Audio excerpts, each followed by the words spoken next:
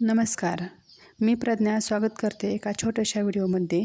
आज आपण स्वराज्याचे खरे योद्धा शेलार मामा यांच्या गावी आलेलो आहे. कुडपण हे त्यांचे जन्मगाव.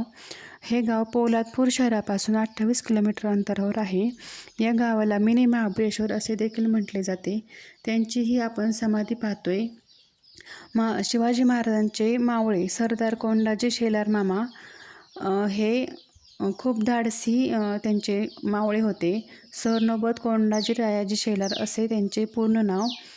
जय हिंद, जय स्वराज्य, छत्रपती शिवाजी महाराज की जय. आपला व्हिडिओ आवडल्यास आपल्या चॅनलला लाईक करा, शेअर करा आणि सबस्क्राईब करा. धन्यवाद.